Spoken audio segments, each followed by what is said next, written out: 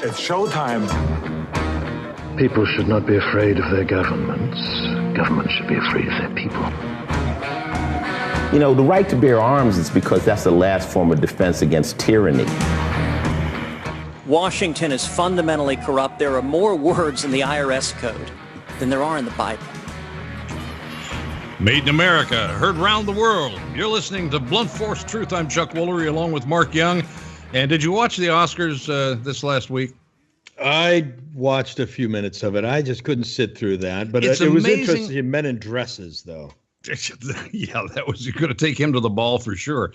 So it's amazing to me how Hollywood can sustain and revel in its anger for over 2 years. They're just the angriest people on earth, and that's unhealthy for you. So I kind of feel for them. But yeah, it's just amazing how angry everybody is out there. And think about this. They cannot. Why? You're part of this, or you were a part of this. I was, yeah. Why can they not wrap their head around the issue of why their audiences are dropping like a rock? You know, if I had to guess, Hollywood is not an American place anymore. And I don't mean they're un-American. What I mean is they're not an American place. They're international. Movies are international. And so they really are playing to, all, whether they believe it in their hearts or not, but they're playing to an international audience, which is very left. It's socialist. It's damn near communist. So while doing movies and everything else, there's so much money to be made overseas, and they have to pander to those people. That a lot of it is that. Obviously, we're the big dog in the pond. This is where all, most of the money is made in movies. But my gosh, if you look at the movies today, there's hardly anything innovative about it at all. They're retreading almost everything. I mean, how many times can you do A Star is Born? It's 3 times at this point. 4. This is the 4th one. Oh, is this a 4th? Okay. So that's my point. It just kind of goes on. So you're kind of left to Netflix and Amazon Prime and places like that to find out if there's anything new going on. And even Roma didn't make it with Netflix. They've kind of snubbed that and got that out of the way since it was free. So I don't know. I can't explain Hollywood other than to say artists, and they consider themselves artists, are very different, and they fly in a different sky than we do. And sometimes it's fabulous and it's beautiful and it's warm and it's wonderful. Most of the time it's just antagonizing.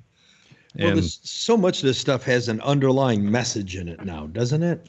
Oh, there are little plants every place. Like I was watching something, and I said to Kristen, I said, now watch this scene coming up. Watch what happens when she goes through the room and she goes to the safe.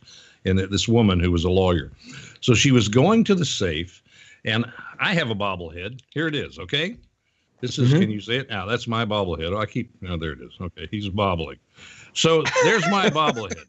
So this woman is going to the safe, and behind her desk is this wonderful library of books. And in the middle of it is a bobblehead of Ruth Bader Ginsburg, or a bobblehead of Hillary Clinton, or they're little subtle things all the way through. That's pretty obscure, but they're little subtle messages always in Hollywood movies and television series and things that if they're not blatant about it, which they normally are, then they're suggestive in props and things like that, that people, maybe it happens subliminally. I don't know. Or maybe the producer just says, I'm going to do this for me.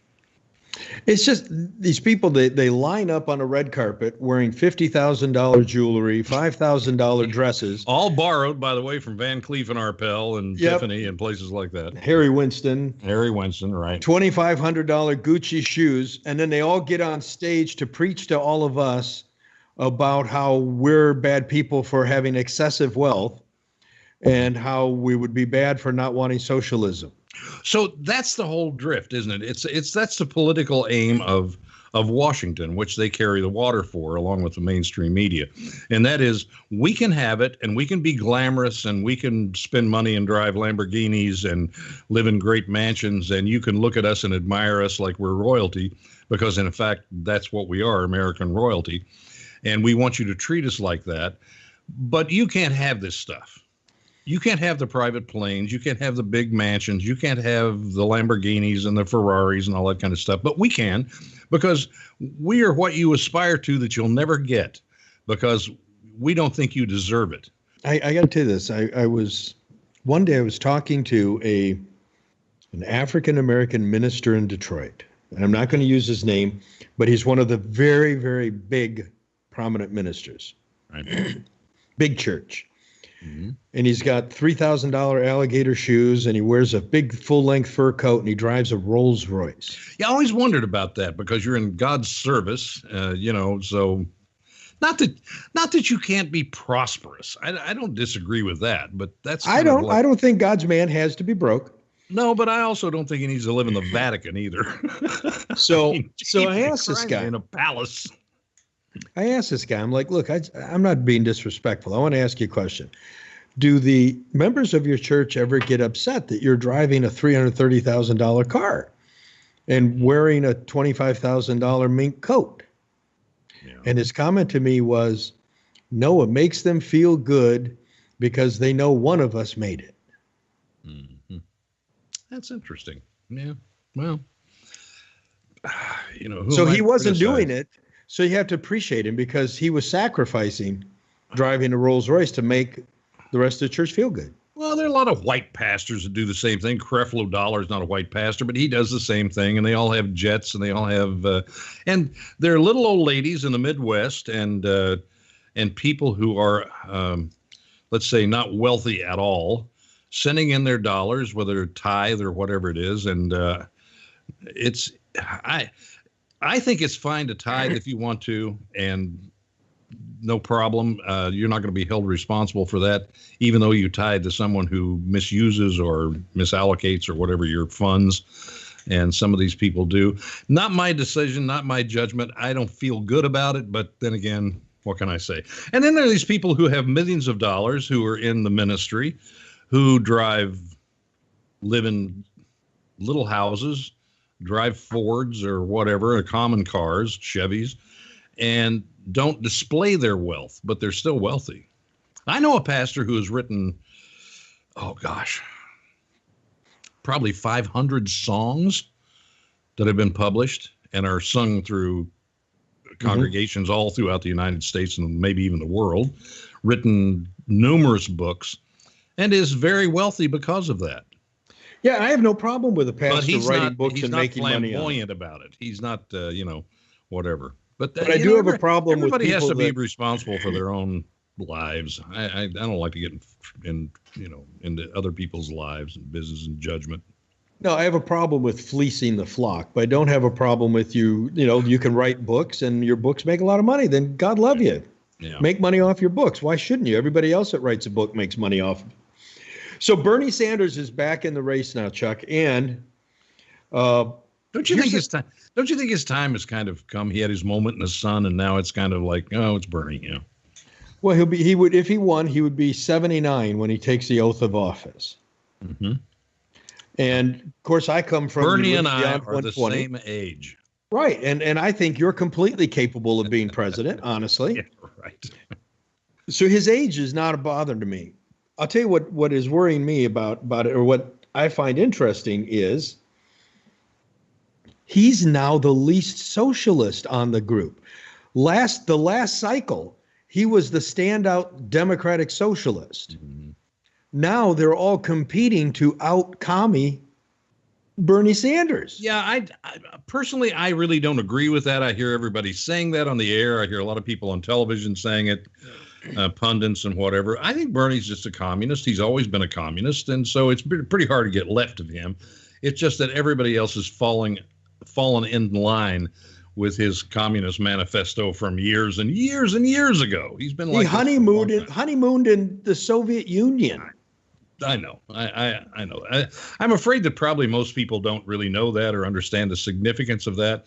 But here's what I find really odd. Russia was a communist nation for how many years? Almost 100 years. Right. And our sworn enemy, and we know that it was bad, wasn't good. Communism is horrible. They lock people up. They build walls around their country to keep them in, and all of this kind of stuff. And they've killed millions and millions of people, more so than Hitler did. And yet that seems to be accessible or acceptable to the left. You can be a communist. Now, you can't be a fascist. but you can be a communist and be fine with it as long as you don't call it communism. It's like you can be a socialist, but you can't call it socialism. You have to call it something else. Now, we've graduated because of Bernie and other people and Obama to socialism being acceptable. Right. We're actually using that word now as being a viable political I still philosophy. go back to Joe the plumber when Obama fought him over the word socialism when he used it with Obama while he was running. And boy, they came down on this guy like a ton of bricks. And then all of a sudden now here we are, 9 years later, and everybody's a socialist. And it's perfectly fine. I mean, you look at right now, AOC, Ocasio-Cortez, she is the head of the Democratic Party right now. She's setting it, the platform. You're right. She is. And the interesting thing to me about AOC is she really is an 11-year-old. I'm not going to call her stupid. I don't really think she's stupid. I think she's just totally ignorant. You remember those kids that came to Dianne Feinstein and they were, regurgitating all the things that the adults told them to say?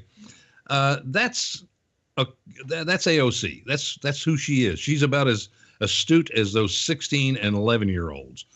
And it's either a window into where that generation is and what they believe and what they perceive to be the truth, and they don't understand anything because of their ignorance, or it's what they've been taught and what they've latched on to. Who was it I heard? John Wayne, of all people. Oh, the Duke's in trouble right now, too. Yeah, well, the Duke's, he could care less. Toxic masculinity. So the Duke said in an interview for Playboy in 1973, I think, 72, 73, they said, have you always been a conservative? He said, no. When I was in college, I was very liberal. But he said, I grew up. And I realized it didn't work, and I began to understand as the world was revealed to me. After I read that entire interview this last Monday, as well as I knew the Duke, and I knew him pretty well, he was far more astute and far more informed than I ever knew, because we never really kind of talked about politics when I knew him. I mean, he was really bright. He said something that I used as a quote the other day, and he said, and it was in this piece, he said that tomorrow comes at midnight, like it's clean and fresh, with hopes that you learned something yesterday. That's a pretty deep quote, I thought. There was another quote from the Duke that I like too, and that was, life is hard. It's harder if you're even stupid. harder when you're stupid. I know. But I mean, I thought that sounded like something out of, a Deepak Chopra book.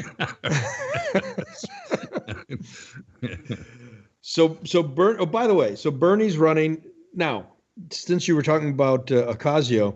Yeah. So a group a nonpartisan group has gone through and tried to estimate the new Green Deal. And right now it comes in at $93 trillion, which is more money than the world GDP. That's right. That's exactly right. But, these kinds of things don't matter to Democrats. When they start pushing these socialist ideas to save the world, and they're always saving something. They're saving whales, By the way, have you seen a spotted owl lately? I really haven't been looking, but save the spotted owls, save the trees, save the forest, save the streams, save the things, now we're saving the world from extinction in 12 years because of the green, whatever. It's over in 12 years. Well, I mean, that's stupid. You know that. And by the way, thank God they didn't say in 40 years when everybody's dead. They said in 12 years. So people can look back in 12 years and say, well, it's the same. Nothing's happened. Nothing's changed. But they always have these grandiose deals that nobody can pay for. I'll give you an example of something. Johnson came up with the war on poverty, right?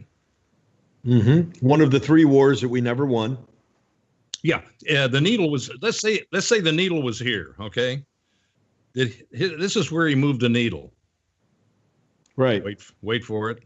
Wait for it. It never moved. And they spent $17 trillion on the war on poverty. This is typical of Democrats saving the world. Elizabeth Warren. And by the way, that's $17 trillion of our dollars. Elizabeth Warren made a comment that in 1960,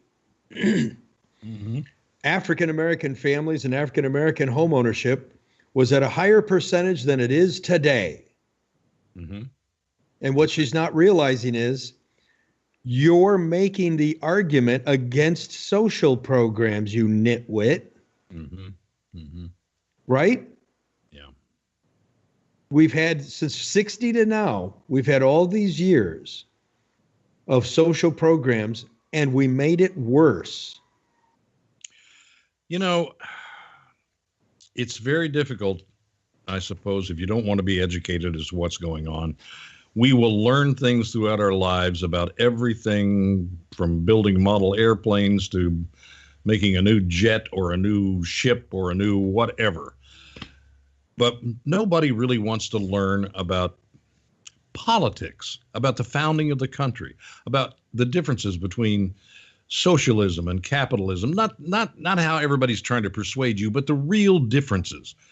And we are so uninformed and unintelligent about what we do. We literally politicians are able to just snap us into line by saying a few phrases like, I'm going to give you this and I'm going to give you that, and people believe them. And of course, they never do, and it never works out, but they say, oh, well, they're just politicians. And so they make excuses for the votes that they make. And here's Trump coming along, keeping every promise that he made, or at least attempting to, and they're excoriating him on every front for, I mean, we have the best economy, the best this, the best that, everything he promised, and people are just saying, well, no, not really. And so, I don't know, it's just so hard to inform yourself. Well, Chuck, not only do we have the best economy and the most robust country in the world, we also now have the best coffee. Covfefe. Covfefe coffee. This is coffee made by deplorables for other deplorables. Awesome. Now, here's something. Awesome. I got to tell you something I did not know. This is true. This actually is a commercial, but I'm still going to say something I didn't know. That some of the companies that are big companies selling coffee are sending their money to liberal causes like Planned Parenthood. Sure. Yeah. Right. You were aware of that? Absolutely. Yeah. It was in the dark, Chuck. Like a dark roasted coffee. I was in the dark. Well, that's a mega blend dark roast. That's almost a French roast. So yes, it is. It is bold, strong, and great. And that's how coffee should be, I think. Bold, strong, and great.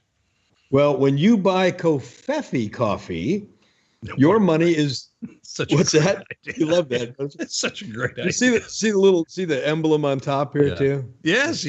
And by the way, This is not a joke. This is real coffee. I mean, some people are out there saying, "Oh, they must have this as a prop." No, it's not a prop. This is real. It's real, and it's good. And when you buy Covfefe coffee, your money is not going to Planned Parenthood or any other liberal whack job. Where's it going? It is going to support. All their money goes to support conservative broadcasts like this show. Awesome. So their money is out to support podcasts and shows that are telling the truth. Oh, so we have a special deal on Covfefe coffee, Chuck. Yeah. Where do you get it? You get it by going to makingcoffeegreat.com. Making Coffee Great. Makingcoffeegreat.com. When you buy 2 bags of coffee, you get a $5 savings if you use the discount code BFT, as in Blunt Force Truth. Blunt Force Truth. So we even have our own discount. I'm feeling like I've graduated. It's like I'm like a little Rush Limbaugh. Well, I would be a big one, but my own code BFT, you get a discount.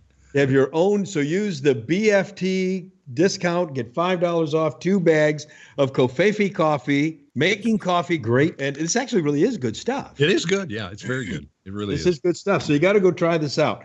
I can put it in my Jura coffee maker. You can. I use my comb when I make it.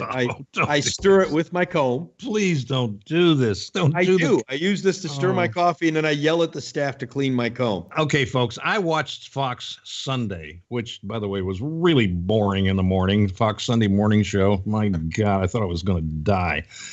And some guy on there was doing the whole, what's her name? Klobuchar or Crowbar? What is it? Klobuchar, running for president, in case no one's ever heard of her. She's running for president. So she didn't have a fork to eat a salad someplace. And so she took her comb and she started using her comb as a fork for her salad. I do that all the time. So she ate her salad with a comb. So on Fox on Sunday morning, they had like 5 or 6 salads and a different kind of comb to each one. And they methodically bored me to death going through every salad with a different comb and a different approach to eating off of that comb. And it was horrible. Well, see, I used the bigger teeth for the lettuce. Oh, God. And then I used the smaller teeth for like the bacon bits and stuff like that. Please. Speaking of insanity. She's going nowhere, by the way. I mean, come on. She's done. Oh, my gosh. She's going no place. I want to play a clip for you here. Mm-hmm. I have mentioned before that I believe Nancy Pelosi is in the throes of some type of dementia. I'm not saying this is a joke. Well, this could happen at that age. So I want to just play this. So I want you to listen to this clip, and then tell me what the hell she said. Okay. Observe the birth of our presidents, in particular George, our founding father, and our founding mother, George Washington and Martha Washington. We followed his lead on protecting what the butterfly sanctuary, and the knowledge that he has of the region, being a border member of Congress. And what that meant was we would have hundreds of millions of dollars. And we had the opportunity to meet with David Higgerson, the director of field for the CPD. That's painful. Okay, that's enough. This reminds me of Spike Lee's speech at the Oscars. Okay, this is painful to watch, though. George Washington and the founding mother, because they were involved in butterfly sanctuaries. I didn't know we had founding mothers. That's a new designation. Oh, we absolutely got to have founding mother. Martha Washington was very active in politics, in case you didn't know that. So have you noticed, if you're watching any series that involves combat or things like that, that 95-pound women are taking over lead roles in all of these things and becoming the badasses of the world and kicking guys that are 250 pounds, just kicking their butts. What is that all about? I mean, it's obviously not true. So what's happening with this whole idea of putting women in this position of they're strong and they can beat you up physically and they can do all this stuff when we know that is not normally true? It's not normally true. Well, so what's the advantage? Is it a false sense of I'm a little girl and I can grow up to be like this, this woman? I'm watching. What am I watching? Something. Chuck, you're just trying to keep women down. No, I'm not. I'm trying to put the world in perspective. Gee, it is so you are making a mess of things with your stupid reality. Mm. You need to put your reality in check, young man. Well, so is that it? Is it we're supposed to be persuaded by all of these movies and television shows and radio and everything else to believe what is not true, to promote things that aren't real, so that we either feel better about ourselves, but we really can't attain those things that we are told that we should be able to? Okay, that's a rhetorical question on your part, because all I have to do is say New Green Deal. We're supposed to believe that's real. Yeah. So it's the same kind of thing. We're supposed to believe it seems like we're that taking away the masculinity of men and taking away the femininity of women. Is it trying to make them both the same, which they aren't, but trying to give the impression? What did people in communist China look like when you saw men and women? All dressed the same. You couldn't even tell them apart, could you? No. Well, that's true. Yeah, interesting. So there's like a consistency and boring. It's a boring consistency. I remember these 30s movies. I haven't seen the movies, but I've seen excerpts from them. And they would have robots and people marching in lines. And I guess this was a time of revelation of like Ayn Rand. Is that what it is? Ayn Rand. Ayn Rand, when she was coming along talking about communism and socialism and all this kind of stuff, and kind of some movies reflected that as everybody marching in lockstep. In fact, there was a commercial on not long ago with this giant head and mouth yelling at people, and they were all dressed the same, they all looked the same, and preaching something at them. I'm not sure what it was. But it's funny because we see this everywhere. We don't want to be this. We want to be individuals. Everybody really wants their own individuality. I don't think everybody wants to be a part of a giant movement. I don't want to be a part of a giant movement. I'm a conservative, and I believe in conservative values, but I don't want to be a part of, a million-man march someplace. Well, do not want to be a part of a giant movement. Don't even know if I want to even have a giant movement. That would be just a bad thing. It would just be... You know what? I'm telling you, all you got to do is bait your hook, man, and you throw it right in the water. Oh, it's right there.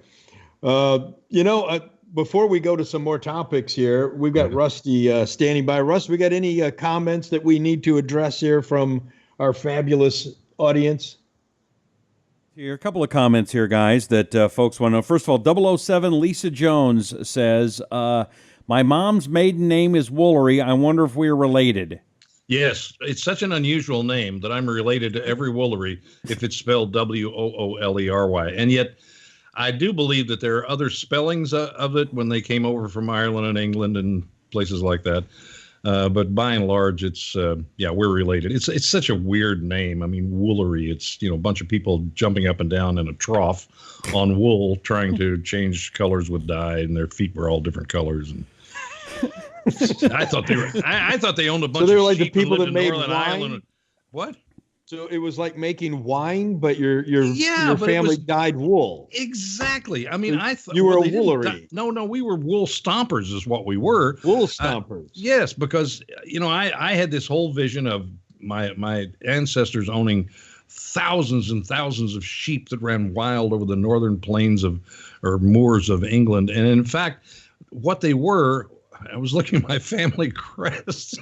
I said, the feet are purple.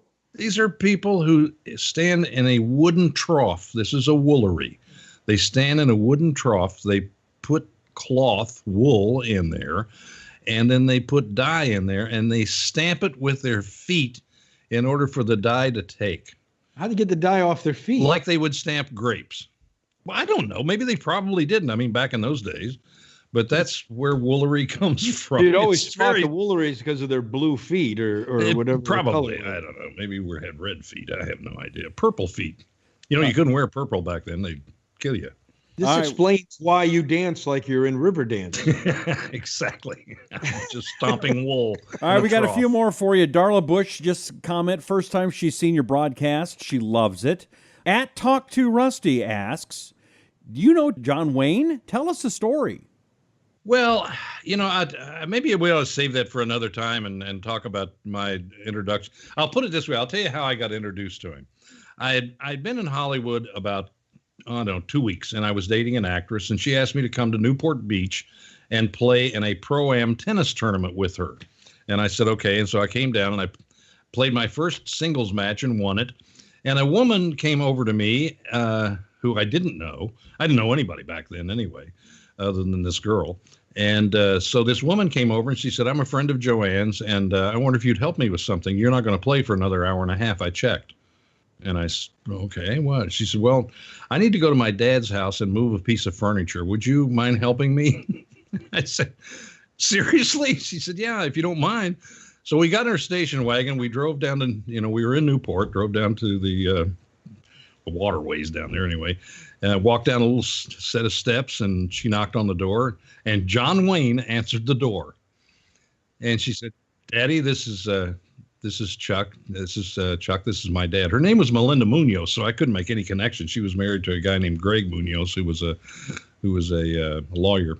So that was my introduction to John Wayne. She then immediately said, Daddy, why don't you take Chuck in and entertain him for a little bit while I go figure out what we're going to do with this piece of furniture. So the Duke, John Wayne, is going to take me now to his living room and entertain me. And he did. And he said to me, well, what brings you out to California? I said, no, I just thought I'd come out and see if I could get into some kind of business out here. He said, well, what do you do? I said, I'm a singer. He said, well, are you popular? I said, no, not really. He said, I always tell the truth, whether we're hurtful because or not. that's back when your music career was riding the crest of an undertow. Yeah. Mm-hmm. So I said, no, not really, but I'm recording out here, trying to do something at RCA. So he said, what do you want to do? I said, I'm not really sure. I just got here, so I'm kind of trying to get the lay of the land. I don't know how you do this place. And he said, well, do you have any money? I said, no, I really don't have very much money. And he said, are you telling me that you came from Nashville, Tennessee, out here with very little money, with no prospects? And he said, you're either the stupidest man I've ever met in my life or the bravest. I'm not sure which. And I said, I think I may be a combination of both. So he said, well, would you like something to drink? I said, sure. So he said, well, what would you like? I said, well, I have whatever you have. He said, well, that could be a mistake. So he poured me 4 fingers of Black Jack Daniels, and he poured himself a tequila. And I sat there and I'd take a sip, and we were talking, and I said, look, I said, I'm really nervous. I'm usually real good about people, but I said, I've never seen you under 30 feet tall at the drive-in. And so it's like the drive-in movies. And so I said, I'm just so off my game. I don't know what to, I'm stuttering and stammering, and I'm probably making a complete fool of myself. And he said, let me tell you something. He said, if you ever become famous and people come up to you and they want your autograph or they want to talk to you, be kind to them. Be nice to them, because they will feel exactly like you feel with me right now. So don't ever forget that if you ever get to be popular. And so that was his advice to me.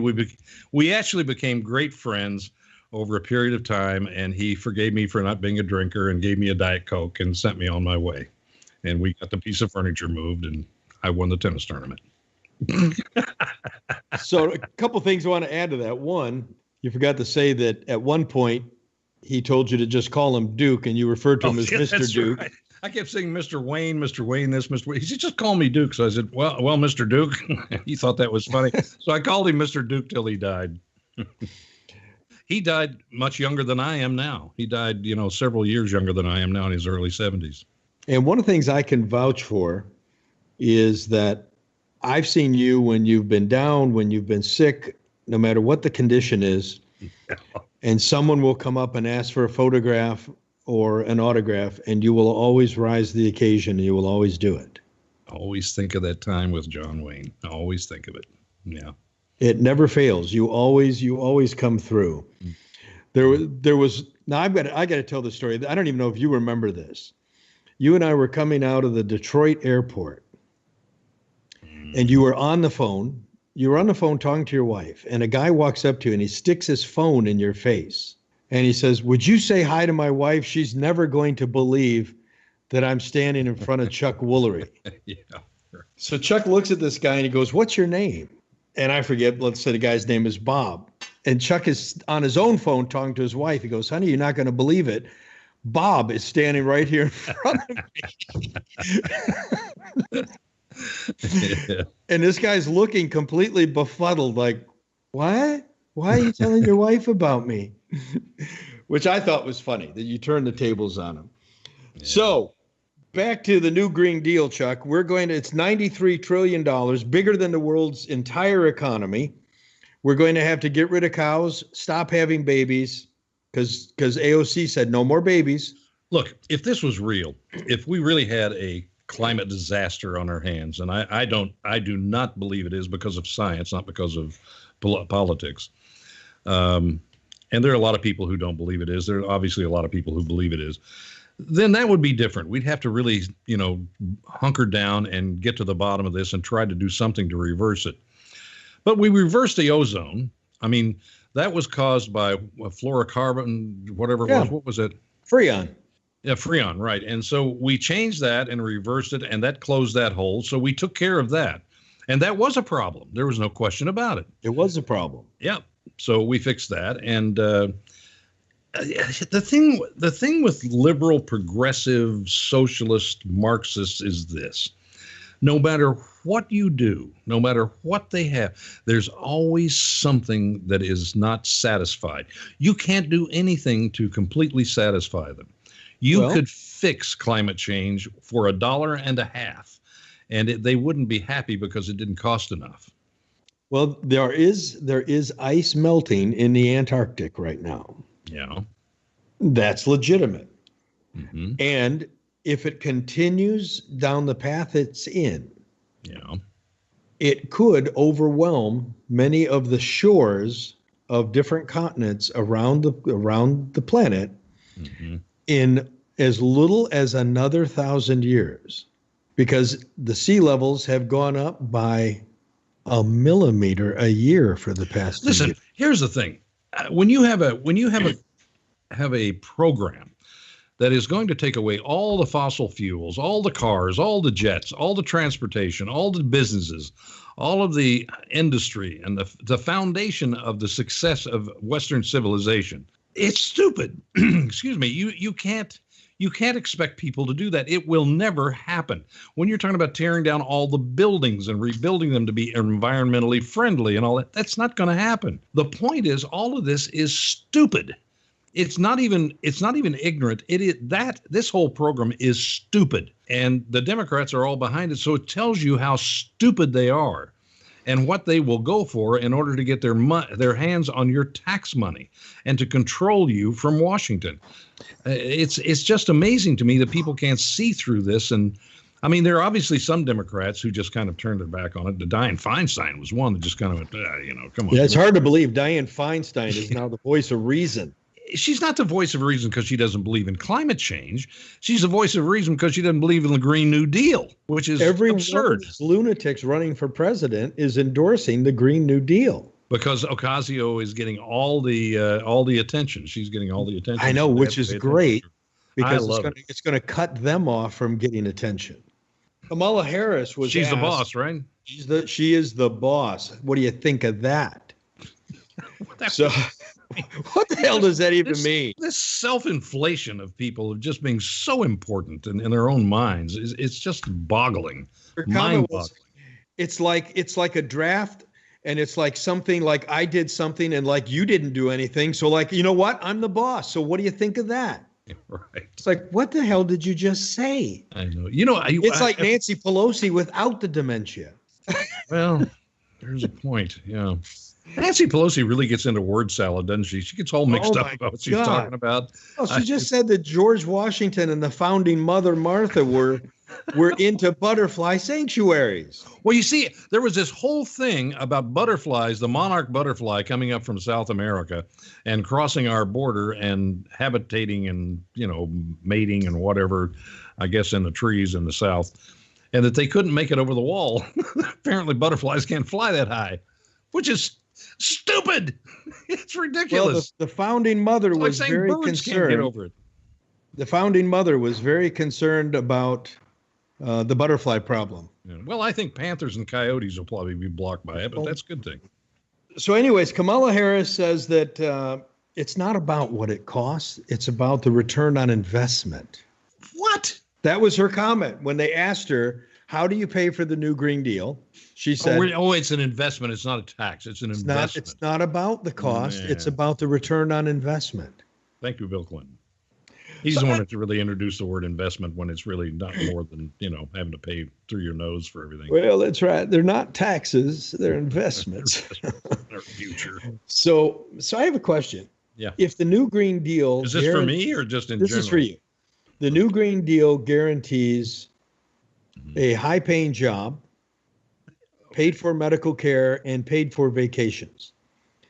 The new Green Deal pays for medical care and vacations. Aren't those separate things? Are they all part of the Green Deal?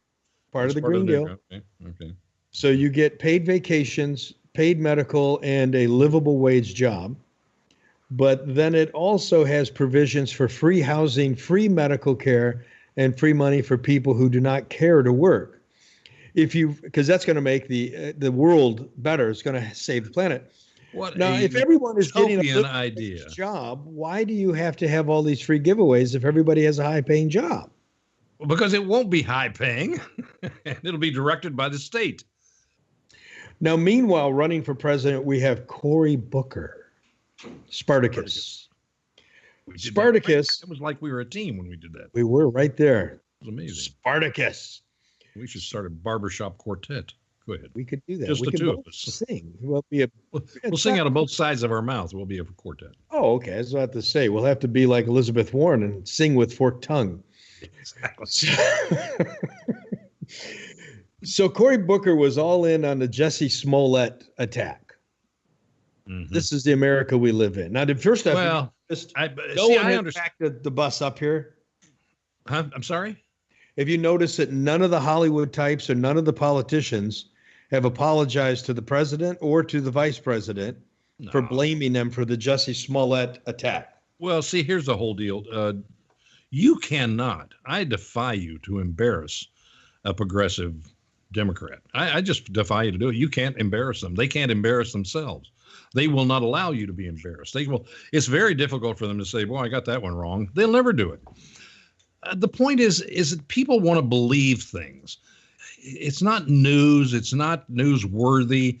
It's just, if you have a story like that, there are people who just really want to believe that that's true, that these Trump people are horrible, and they'll throw bleach on you if you're black, and they'll wear a MAGA hat and tell you it's Trump country and put a noose around your neck. I mean, is this like the perfect, the perfect imagination of the left of who Trump people are? And so Jussie Smollett gave them that narrative, and they immediately jumped on it, believing there was no way you could disprove this, or this really did happen. And then once it's disproved, they just kind of back off into a corner and go quiet. Have you heard anything about Jussie Smollett lately, in the last few days? It's kind of quieted down because it doesn't fit the liberal media's narrative. Exactly. Nobody is backing up. But think about it. Race relations in this country are so bad. They're not. That you have to hire people to kick your own ass. That's right. Exactly. To be able to get attacked. This is the whole thing, that race relations in this country aren't that bad. They're not bad. The race relations in this country are probably better than they've ever been. But they have to go back to the 50s and the 60s and make it look like everybody's horrible. And I mean, God, and go back to lynchings and all of this kind of stuff back in the, I don't know, the early 1900s. What? So think about this. There's another guy, Nikki Jolly. Mm-hmm. Nikki Jolly is an LGBTQ spokesperson. Is he the guy that burned his house down? He burned his own house down to claim that Trump supporters did it. But he burned it down with his pets inside. He roasted 5 dogs. Oh my gosh! I guess those would be called hot dogs at this point. Oh my God, that's not even funny. I'm sorry. I mean, I got 2 dogs. I love my dogs. He burned his own house down with his dogs inside. Good Lord, that's like burning your house down with your kids inside almost. And then there was a guy last week who set himself on fire in front of the White House to prove he was angry at the president. What good does that do? Did he burn it? Did he die? Did this guy die? No, he didn't. What, did he just send his shoes on fire or what? No, he had kind of a flame suit and he managed to get by.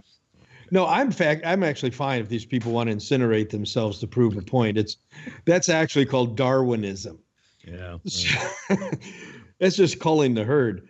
Mm-hmm. But meanwhile, where I'm going with this is you now have Virginia Lieutenant Governor Fairfax, who has been charged by 2 women with sexual assault. Comparing it to lynching, right? Comparing it to lynching. Jussie Smollett compared himself to a lynching. Well, he had a little noose around his neck that he kept there until the police arrived. Well, yeah, we got to have that. So, first off, think of the disrespect that these people are inflicting on the memory of people who were really lynched. They don't care. That's my point. Because there really were lynchings years ago. They don't care. They get away with it. They're never held accountable. Ultimately, they're not held accountable by their own or anybody else. The mainstream media won't hold them accountable. Hollywood will not ultimately hold them accountable. Politics will not hold them accountable. So they're kind of like the DOJ and the FBI when Trump came into office. They're a bunch of scumbags that no one yet has held accountable. We're off on a tear to prove that Russia is the problem and Trump is the problem with Russia. And all of this other stuff went on, and it's being completely ignored. And we know that it happened. It's being completely ignored by the politicians. Well, all of this stuff with Jesse Smollett and this guy in Virginia, this Nikki Jolly. Yeah, how would you know his name anyway? He's what, a lieutenant governor? Nobody knows who lieutenant governor. Oh, that guy. That's Lieutenant Fairfax. Yeah. So the point. Oh, he's lieutenant governor. Fairfax, lieutenant governor. Nikki Jolly's the guy who incinerated his pets. Oh, okay. But anyway, this stuff just kind of goes away. We're in a news cycle where something will cover it real quick. I mean, I was watching today. Here's Trump going over to have a meeting with Kim Jong-un that the media, by and large, is convinced will go nowhere. He will get nothing. And the last time he got nothing. And he's still giving Kim Jong-un this giant press and making him important and blah, blah, blah, blah, blah. This is where the sides who are against any kind of progress, who call themselves progressive, these are the people who don't want Trump to succeed. They don't want America to succeed. They hate the founding of this country. They hate everything it was meant and built on. And it's hard to believe, but they do. And so what they're expecting is, as Jesse Smollett's narrative fit their agenda, Trump's success does not. So they have to constantly pillar and beat him up on the air about every little thing he does. And I mean, listen to this. Here's Cohen going in to talk to Congress today. And the big thing is about Trump Tower being built in Moscow. Well, does Moscow have Burger King? Of course. It's just a business deal. It's a business deal. It's like you can't do business in Russia because they own you. Well, do they own, the CEO of, well, he didn't run for the president. It doesn't matter. This kind we have quite a few listeners from Russia, by the way. I know we do. Yeah. So here's where I'm going with this, Chuck. This will pull all that together. When you look at, this is amazing. Watch this. I'm going to pull your John Wayne story, your Trump story, and your Jesse Smollett story together. I'll just sit back and listen. Okay, here it comes, folks. Yeah. Here we go. John Wayne epitomized male strength. Mm-hmm. Donald Trump also has that strong alpha male behavior. Right.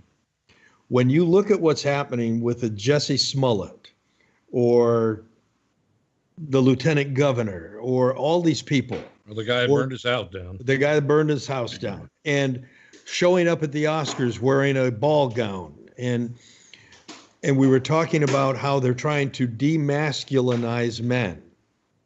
This is where the battle is, because now instead of people looking up to masculinity, they're looking up to victimhood. So now Jesse Smollett can be a hero because he's a victim. So we've created an environment where everyone who's a victim has power. There is the nobility of victimhood. It's noble to be. I agree with that. I think you're absolutely onto something there. Not that you're the first or will be the last, but I think that's absolutely true. Yeah, it's the nobility of victimhood.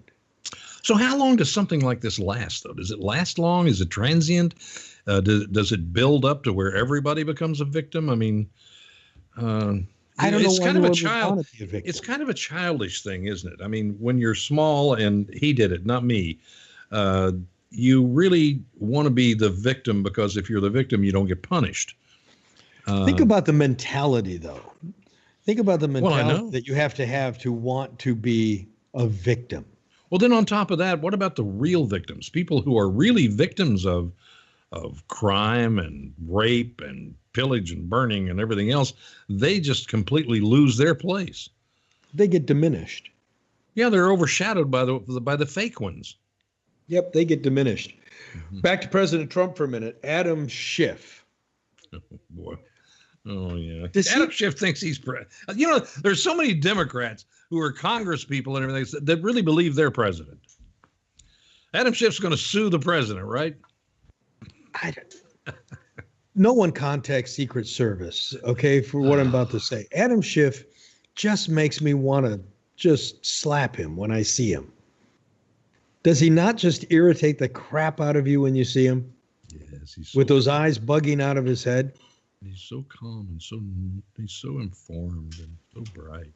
So, so Adam Schiff now says that if Robert Mueller comes out with a report that does not indict the president, I'll get him. He's going to file a subpoena to indict Robert Mueller and the DOJ. Yeah. The report's not out. Now think about this. You're not trying to tilt the outcome, are you? Either you release a report the way I want it, or I'm coming for you. These people want this so badly. They've been salivating over this for 2 years, waiting, hoping. And then all of a sudden it looks like it's not going to happen. And they're trying to figure out, how can we back this up? Who can we go after? So there is zero interest in getting to the truth. Well, of course. You think Washington's built on the truth? No. Of course But I mean, not. but they're making it so transparent now that they have no interest in going after the truth. I'm telling you, they don't care. They don't care who knows it. They don't care whether it's transparent or not, because they'll never be held accountable, ever. Now here's that's how confident they are. Now, they may be held accountable in the next election, but as far as accountability, unlike elections, I'm not sure. And I'm not even sure then. And what I don't understand is these people are elected officials. These people are in the Congress, and they have no idea how the separations of powers work. They have no idea what the Constitution says. You're exactly right. They have no idea what the laws are. How is this even possible? You are exactly right. They do not have a concept of how the Constitution works, how laws work. They really don't know anything. They just work on hyperbole and talking about what they're going to do and how they're going to do it. And of course, if it doesn't happen, or it's not constitutional and it won't happen, then they pick up some other, offshoot and run down that road with it. And it just goes on and on and on. But you're right. They don't know the Constitution. They don't. And if they did, they don't care about it. That's the big part. They may know the Constitution, but they don't care about it. Yeah, he's going to subpoena Mueller and the DOJ to come before Congress and release the report. Well, he can't do that. He doesn't have the authority to do that. Well, but you see, these people think they have all the authority in the world because they're head of a committee. And it's just, we'll see how it goes. Just so folks understand, the DOJ is a branch of the executive office, which answers exclusively to the president. That's right. So the president has all the authority in the world to say what the DOJ will and will not release. Congress has no play here. There is a constant drumbeat, which is misinformation by the Democrats, that want Americans to believe that the president doesn't have the power, or has not been granted the power by Congress and by the founding of the country and the Constitution that he really has. So they're constantly browbeating him by misinforming the public, saying we have this power, he doesn't. And in fact, he does have this power. I mean, it's like they're going to do this thing on the wall where they pass this thing saying, well, he doesn't have the power to do this. And it's going to go through Congress. It'll probably go through the Senate because Republicans don't want the wall either, a lot of them. And then he'll veto it. And then they'll just say, well, we tried to do our best and everything else. It's a waste of time. Well, think about this. They're saying the president is trying to usurp the Congress with the Emergency Powers Act. Trying to usurp. Congress allows everybody on earth to usurp their power. Don't give me that. But you've got Schiff, who is trying to usurp the power of the presidency. Can't. By trying to crash into the DOJ. Yeah, he can't do it. He can't do it. He can talk about it all he wants to. He can't do it. So he may make it look like he's doing it, but he can't do it. One last thing going on in Congress today, Chuck, and that is the universal background checks is up for vote today. Right. Have you looked into this thing at all? No. I figure Congress is probably going to vote against it like they did against the abortion bill. Could you believe they voted? I mean, we'll get to the gun thing, but can you believe what they did with voting on killing babies after they're born. Yeah, I just can't. disgraceful cowards. I mean, man, oh man, if we're a country founded on the principles of God, he must be a little impatient with us at this point. I mean, good night. That's just appalling. Absolutely appalling. Well, this new bill that they want to do with guns, our friend John Lott sent me over some information on this today. Yeah. Here's the thing. This new bill for background checks, there is no way in the world that this bill would have had any impact on any mass shooting in America. No, they never do. That's the problem. And most people, by the way, most people don't really know that or understand that, I don't think, because maybe just lack of communication or the fact that the mainstream media will not cover it. So you can't really blame them. I'll tell you what John really pointed out to me was what this bill does is this bill is racist. Mm-hmm. This bill makes law-abiding African Americans and Hispanics, it puts legal guns out of their reach. So we're trying to pass a bill so that blacks and Hispanics can't have legal guns. Well, that's been the Democrat position probably pretty much always. They don't want blacks to be able to defend themselves. It's just so weird that people don't understand this and haven't gone back in history to look at it. That, the Second Amendment was, for blacks in the South, it was a godsend that they could have guns to defend themselves on their own, little piece of 40 acres, whatever it was, and a mule. Yeah. And the Democrats wanted to take that away from them. They're still at it today. So Rusty, anyway, we'll grab a couple of last questions, Russ, as we wrap up. Anything pressing? Do you think that Pelosi and Feinstein are going to chew up AOC? No. No, AOC's got she's got the ear of the press right now. They're afraid of her. The ear of the press. Yeah. Okay. What do you guys think about the 9/11 fund? The 9/11 fund is something I want to get into in some further shows. Because Chuck, I don't know if you've been following this, but we have a lot of people who responded they were first responders. And they're being cut off of their funds. And they're sick and they have ailments and we're not supporting them. And that's not right. I know. The audience wonders, do you think Nancy was drunk when she gave that speech, Nancy Pelosi? I don't know. I have no idea. When people like Pelosi have been in power for as long as they've been and been in the Congress or the Senate, as a lot of senators are, they get away with saying so many bizarre things, and people just hang on to their every mumble, not their every word. So I don't know whether she's drunk or not. She could be. Yes. I have no idea. Onions3 wants to know, where can I buy Covfefe coffee? MakingCoffeeGreat.com. Get the coffee. Don't forget that you can save $5 when ordering 2 bags by using the discount code BFT. And Chuck really wants you to go use that discount code because it's making him feel really good about himself. Absolutely. Please. I do. I've never had a discount code before. That's cool. Hey, listen, you want to hear a show about John Wayne, politics, burning houses, babies, abortion, everything else? We don't burn the babies. We've covered everything that you could possibly cover today. Anyway, you've been listening to Blunt Force Truth. Thanks, everybody, for tuning in. Love you. See you next time. Bye-bye.